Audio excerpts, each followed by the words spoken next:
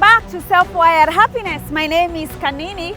Here at Self-Wired Happiness, we unlock the secrets to a long, happy, and successful life. Today is June 20th, 2023, and I'm here at Victoria Beach, and this is a beautiful morning. So in today's video, I wanted us to talk about love and why you cannot seem to find love.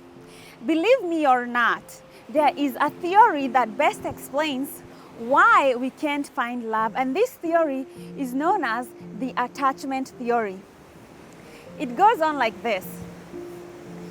So when a mother is pregnant, around 6 months-ish, Evie, the baby starts to become attached to the mother because the mother is everything for the baby. The mother provides food, warmth.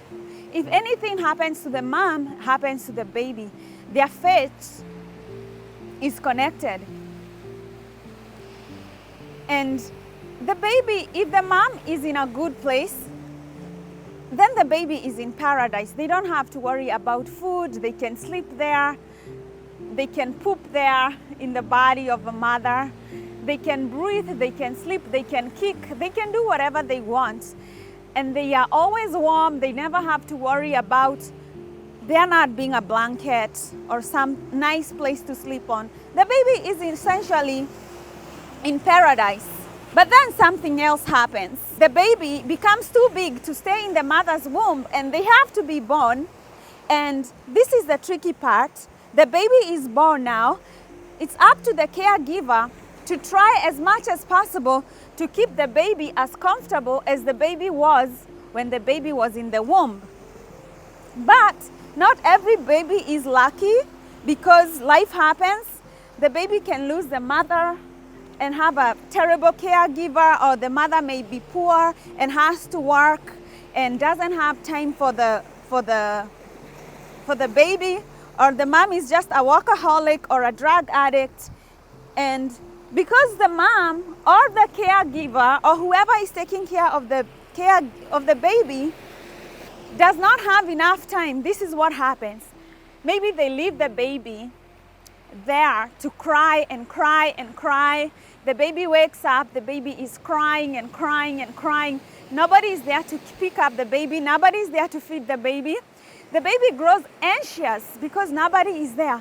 Eventually, the mother comes, or the caregiver comes and feeds the baby and cuddles the baby, and the baby is back to just feeling normal. The baby is back to homeostasis. But when the caregiver leaves the next time, the baby is anxious. Even the baby can be too anxious to fall asleep because they don't know if their caregiver will go and not come back. When we grow up, our attachment style with our early caregivers determines how we are going to approach our love relationships. If, for example, you are an anxious personality type, you're not going to be very happy when your loved one does not call you or does not pick up the phone. No, you're not going to be happy about that. You're going to grow anxious because you think they're going to go away and never return. Some caregivers do come back and they are loving to the baby. And when they are loving to the baby goes back to homeostasis. But some caregivers are not loving to the baby.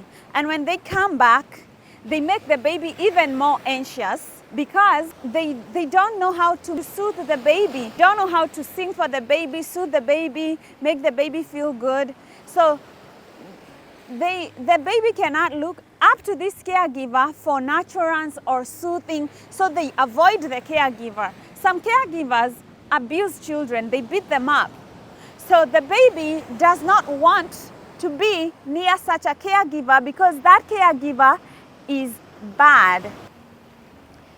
If you're avoidant, you avoid the closeness because you don't feel any comfort of being in a relationship.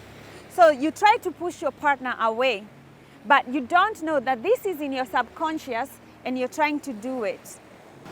And some parents are very secure parents. They know when the baby is gonna wake up. They know when the baby is going to fall asleep. They know what best food to give the baby. They know when to change the baby's diaper. They can sing for the baby. The baby is very, very securely attached because the caregiver is there taking care of the baby. Your attachment style is what it is. But you can learn a new attachment style by being around people who are securely attached. Nothing is set in gold. When it comes to our brain, we are plastic and we can always change. So never think that you are doomed and you're not able to change. The one thing about our human condition is that we can always change and improve ourselves because our brain is plastic. Being around people with a secure attachment style can actually give you an attachment style that's secure. One of the interesting things I find attachment theory is that it actually works because 50% of the population are securely attached and we have 50% divorce rate. That means that it is what it is, that these attachment styles actually can explain how we connect and how we relate. What is your attachment style? Another thing that we can do is to have these two anxious and avoidant styles all together. And I know myself, I am very anxiously attached. So please give me a call if you fall in love with me on time when you say you will. Otherwise, I'll feel ghosted and I'll end the relationship. This just happens to any one of us. And it's just the way it is.